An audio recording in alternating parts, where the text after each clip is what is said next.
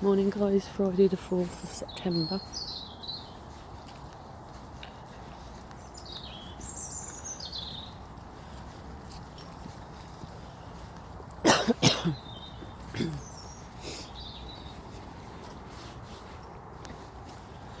I was sharing with the other two coaches who I do the courageous conversations with, and the event, and we were talking about came up some, there was other things we were exploring, but at one point somebody was talking about masks and what they can mean, and in fact they mentioned the Masked Singer, for those of you who've seen that, what appears to be rather an absurd programme, but actually it was a little bit quite interesting once you saw it a couple of times. But anyway, basically it was people who were well-known stars, but they had a whole, not just a mask, they had a whole costume, so you literally could not see any part of them. And then they sang a song, and over a period of weeks, you sort of got to guess who they actually are, underneath the costume and the mask. And I was talking to one of the other coaches. They were saying that that can, for some people, enable them to channel their energy, and they become more confident. And I was sort of saying, yeah, it's interesting. I think at times when people do that, that can mean that they may feel less vulnerable, less exposed, almost like, taking on a role or another persona, being able to channel your energy in a different way. And that is actually I think a healthy, creative way of being able to access something or do something that you may not feel as confident about without the mask and the costume. There are other times where I think we may... Oh, I saw a cat, sorry.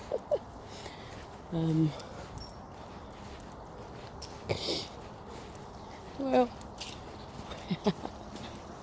there's other times where we may put on what I call a mask, or a mask can even be just pretending you're okay when you're not.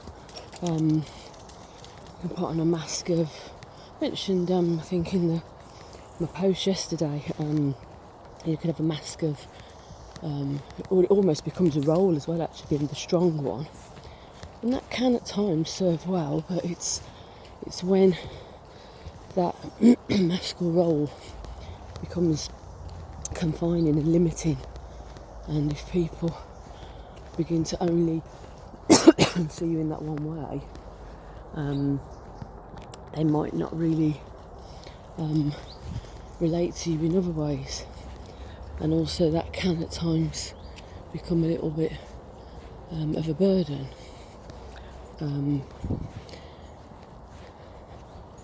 But it's also about knowing, I think, when to be able to let go of some of that and look at when it's appropriate and who you also share that with. So for example, let's say I've got some stuff going on, or I've just had some news that I don't feel particularly good about, say for example, and it was personal, and then I've got a client call fairly close afterwards. It would be appropriate to put on a bit of what I call a mask of the role, and to actually really what I'd call to self-manage your emotions and feelings, to be able to park that up, to let some of that go for that period of time, because your focus is to give that time to the client and what they're needing, and you know what your time with them is about. You know, it's not about you as a coach or as a supervisor or as a therapist.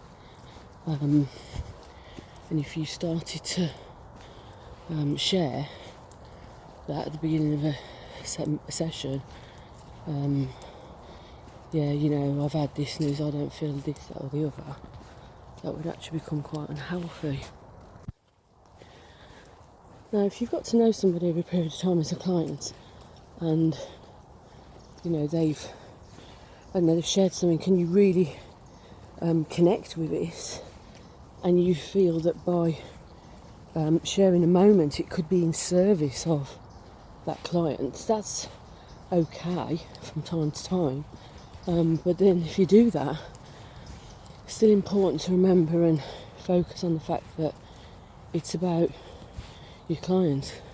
It's about their learning, not about you sharing your experience per se. So if that is the case, it's important to still bring it back to so, you know, from what I've just shared, from, you know, how you're feeling, what have you learned from that? What's the nuggets in there for you? You know, what are you taking from what we've shared?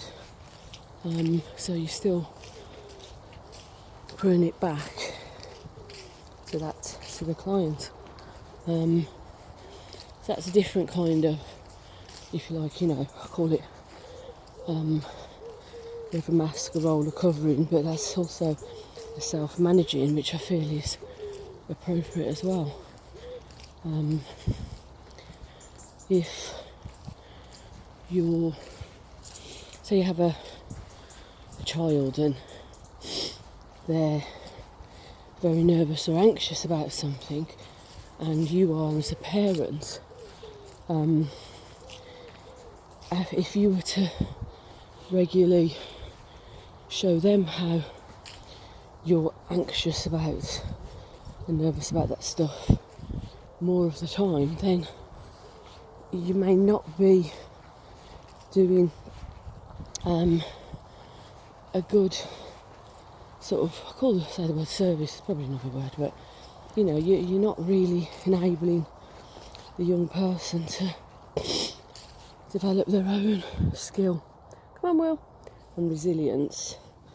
You're sharing your own anxieties, and that isn't necessarily going to help your child. It may make them more nervous.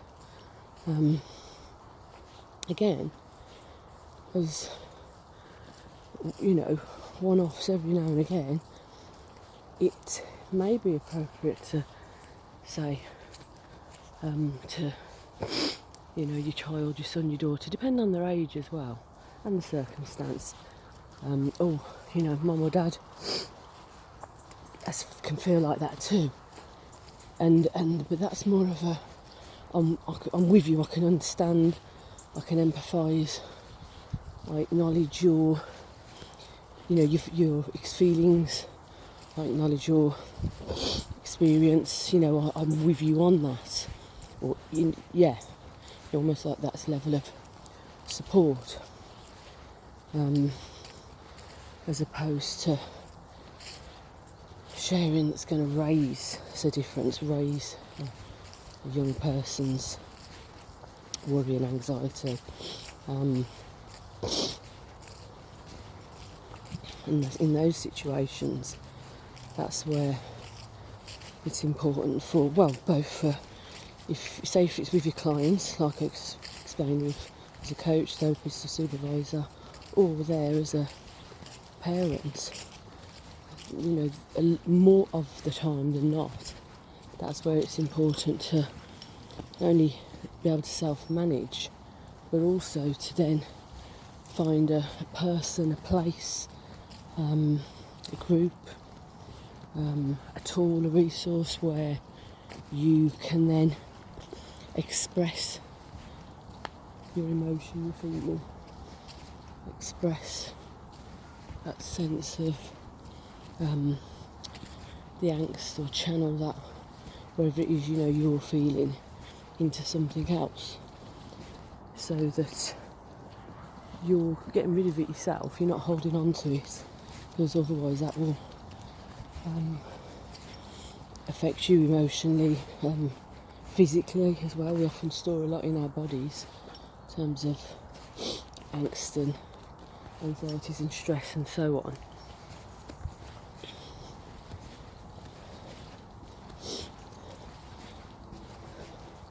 Or you may, if you're not careful and you're not getting rid of that, then you can end up projecting your own worries and anxieties sometimes onto others as well. Almost becomes their own, whereas initially it may have been more to do with the other person. So that's something to be mindful of as well.